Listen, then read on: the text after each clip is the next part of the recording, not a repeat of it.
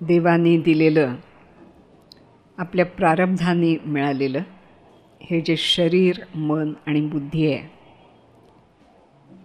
त्यांना शांत करण्यासाठी आपण ध्यानाचा अभ्यास करतो. प्रथम शरीराला सूचना देऊया.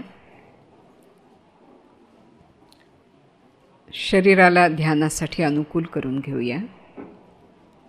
आपल्या दोन्ही पावलांपासून आपण प्रारंभ करा. दोन्ही पावलं, घोटे, आपल्या पोटऱ्या, आपले गुडघे, आपल्या मांड्या, हे सर्व अगदी स्थिर आहे ना असं बघा. त्यातल्या पेशींशी मोठ्या प्रेमाने बोला आणि त्यांना सांगा की आता आपल्याला ध्यान करायचं आहे. अगदी शांत आता बसायचं.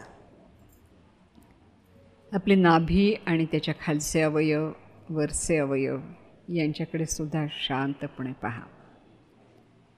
जेवून बराच वेळ झालेला आहे. आता पचनसंस्था स्वस्थ आहे. पोट हलकं आहे. ते आपलं काम थांबवत नाही, पण त्याला ते शांतपणे करायला सूचना देऊया.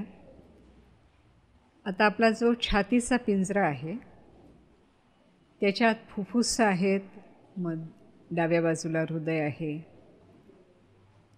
तर त्यांचं कामसुद्धा अगदी शांतपणे चालू द्या. सावकाश श्वास घेतला आणि सावकाश श्वास सोडून दिला.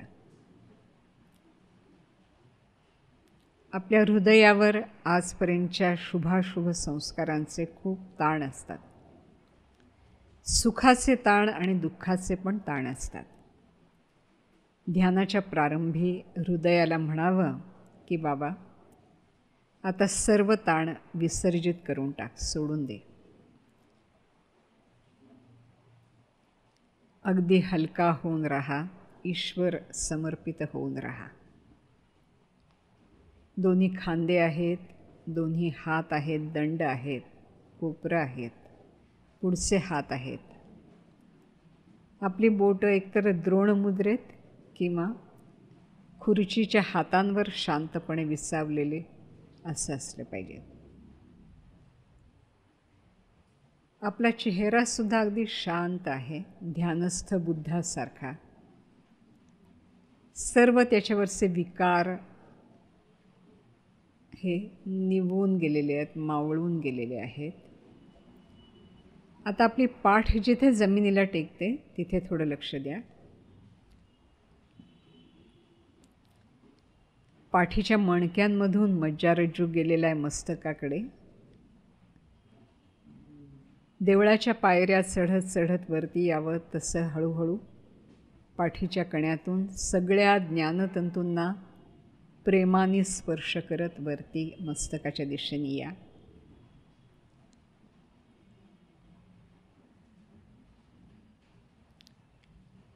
हे जे मस्तक आहे हे आपल्या शरीरातलं शिवाचं स्थान आहे.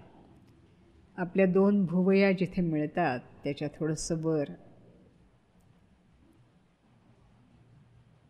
तिथे लक्ष देऊन आपण शांत बसावं. आणि आता शरीर स्वस्थ आहे, मन आणि बुद्धी पण स्वस्थ आहे. आता गुरूंनी आपल्याला जी ध्यान पद्धती सांगितलेली आहे तिचं स्मरण करावं. समर्थ रामदास म्हणतात, धरिता सो सांडिताहम, ऐसे चाली सोहम सोहम. श्वास घेताना स असा ध्वनी आहे. नंतर भ्रूमध्याच्या ठिकाणी क्षणभर थांबायचं आहे. हे थांबणं अत्यंत महत्त्वाचं आहे. नुसतंच श्वास घेतला, श्वास सोडला याने आपली ध्यानात प्रगती होणार नाही. भ्रूमध्याच्या ठिकाणी थोडं थांबणं फार महत्त्वाचं आहे. श्वास घेतला, 6 असा ध्वनी आहे. भ्रूमध्याच्या ठिकाणी देवाची द्वारी थोडं क्षणभर उभं राहायचं आणि मग हम असं म्हणत अशा ध्वनीसह श्वास सोडून दिला. समर्थ पुढे म्हणतात, तेही सांडोन बैसला, तोच मौनी म्हणावा भला, योगाभ्यासाचा गलबला याची कारणे.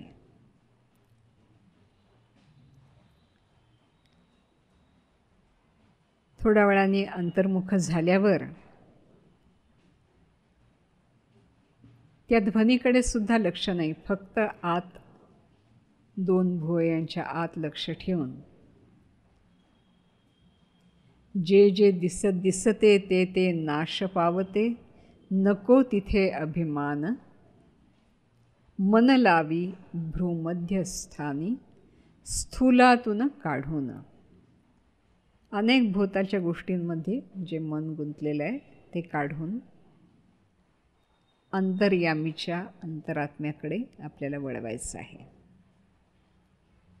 स्वामी स्वरूपानंदांनी लिहिलेल्या गुरुस्मरणाचं आपण पठण करूया, म्हणूया, आणि ध्यान प्रक्रिया जी सांगितली आहे तिचे स्मरणाच्या ओव्या म्हणूया, आणि मग थोडा वेळ अगदी शांत आपण बसूया. स्वप्नील जेव्हा ओंकार म्हणेल त्यावेळी आपण हळूच ध्यान विसर्जन करूया.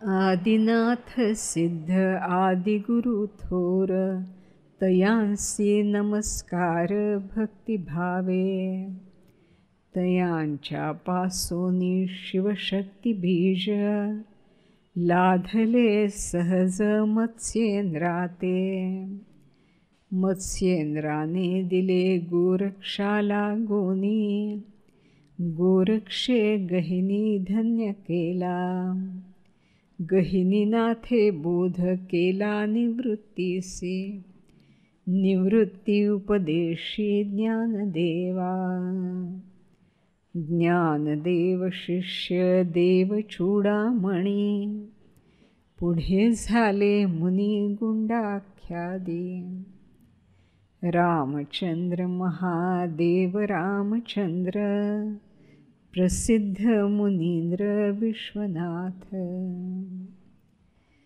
योग सार ऐसे परंपरा प्राप्त, सद्गुरु गणनाथ देई मज, स्वामी म्हणे झाले कृतार्थ जीवन, सद्गुरु चरण उपासिता.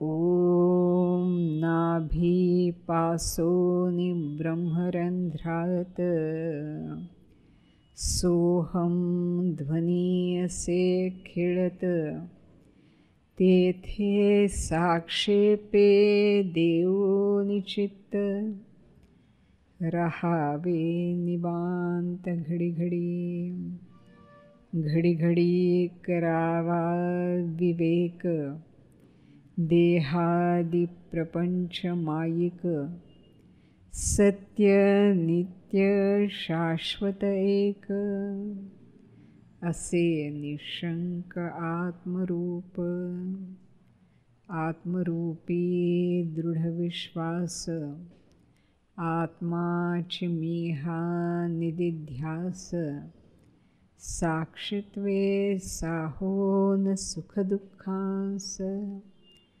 करावा अभ्यास नित्यनेमी, नित्यनेमी सिद्ध स्मरण, करावे भावे सोहम ध्यान, चालता बोलता अनुसंधान, प्रयत्ने करोनी असो